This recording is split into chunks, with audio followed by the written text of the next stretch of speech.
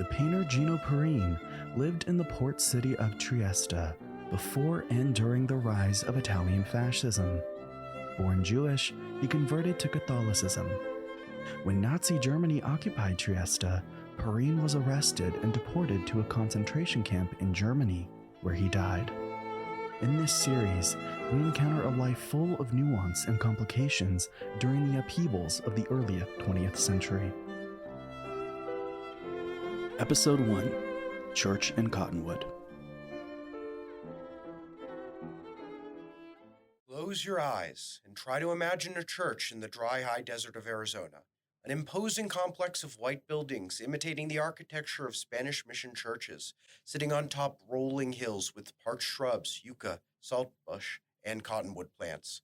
It is the last place you would expect to find a painting of Gino Parin from Trieste, Italy, a Jewish-born artist who had converted to Catholicism. But here it was, hanging in the sacristy of the Immaculate Conception Catholic Parish. Il Cristo, a 3.5 by 1.5 feet painting on plywood, completely filled up with a portrait of Christ from the waist up. Cottonwood, you need to know, is a small town, population 12,000. It advertises itself as the heart of Arizona's wine country. But don't expect any romantic Italian vineyards. It is easy to miss the vineyards in this sparsely populated region. The church resides outside of town, on Route 89 that leads straight to Sedona, a much better-known tourist attraction with its magnificent red rocks. And it's here our story starts. None of us had heard of Gino Parin before. He's largely unknown in the United States. But the more we delved into his life, the more intrigued we became. It is relatively easy to explain why Gino's Christ painting, Il Cristo, ended up in the sacristy of the Immaculate Conception Parish. It involves two families, the Parins and the Springers. It also involves the movement of people and artworks between Italy and Arizona. This part of the story could be quickly told if it were not also a story of political turmoil, of the rise of fascism in Europe and the spreading of race laws and anti-Semitic hatreds. And in the end, Gino Parin became a victim of Nazi Germany. Our story then starts with a painting in a Cottonwood church. But it will move to a much larger canvas about a complicated life in complicated times.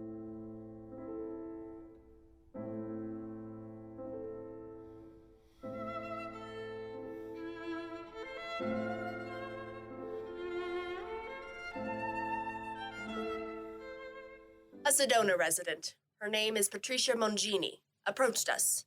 She had heard about the public programs of the Martin Springer Institute at Northern Arizona University, an institute founded by a Jewish Holocaust survivor from Poland. Patricia asked whether we would be interested in learning more about a Jewish painter from Trieste, a multicultural and multi-ethnic port city with ties to the Austro-Hungarian Empire and Italy. After seeing Gino's paintings of Jesus in the church in Cottonwood, we were hooked. Before we knew it, we had created a team of students and faculty to explore his life and work in the context of Europe's artistic and political culture from the turn of the 20th century until the end of World War II. Delving into Gino's background, we learned about his family. He was born Federico Guglielmo Jehuda Pollack in Trieste in 1876, and he died in the German concentration camp of Bergen-Belsen in 1944. His life raises so many questions. Like maybe we should go to Cottonwood to the wineries and after that, Trieste, Italy, field trip? If only. Maybe one day. Luckily, there was a destination much closer where we could get a first-hand look at the other works of Parin, just not in Cottonwood. But still in Arizona? Yes. Patricia Mongini was the caretaker of paintings by both Gino Parin and Magda Springer. It is from this collection that the Cottonwood Church obtained Il Cristo. Yes, this is where things begin to get complicated. One of Patricia's aunts from her mother's side, her name was Liana Grimalda, had married Necky Springer, who had been born in Trieste and was a good friend of Gino Parin. In the early 1950s, Necky left Trieste for Los Angeles, and then, in the late 1970s, he and his wife settled in Cottonwood, Arizona. Necky and Patricia always had a close relationship. So far, so good. Is there any other reason why Necky Springer is important to our story? Yes. Necky had a sister, Magda, who is also a painter. Both Springer siblings knew Gino Parin, but Magda and Gino developed a special friendship. Necky was an art collector, and when he came to the United States, he not only brought many of his sister's paintings with him, but also a large quantity of drawings, prints and paintings and memorabilia by Gino Parin. When Necky died in 2011, Patricia and her siblings inherited his collection. Necky was a Lutheran, but later supported Catholicism. Before he died, he gifted Parin's Il Cristo painting to the Immaculate Conception Church in Cottonwood, his new hometown. Now that we figured out how Gino's painting ended up in a Catholic church in Cottonwood and why more of his works are in a private possession of a Sedona resident, the story could have ended there. We had established the provenance of the painting. Case closed. But wait. Here we have a painting of Jesus by an Italian Jewish artist who had converted to Catholicism but died as a Jew in a German concentration camp. This is a strange and uncanny story. What have we missed? What have we not yet seen? Was he Catholic?